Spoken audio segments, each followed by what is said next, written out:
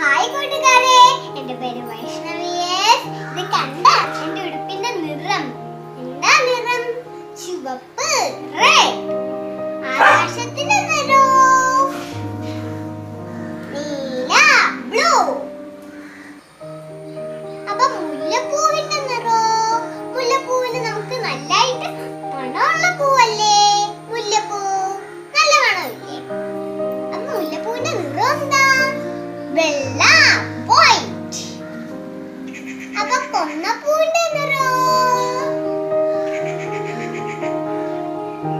Yellow, മഞ്ഞ. അപ്പം ഇത്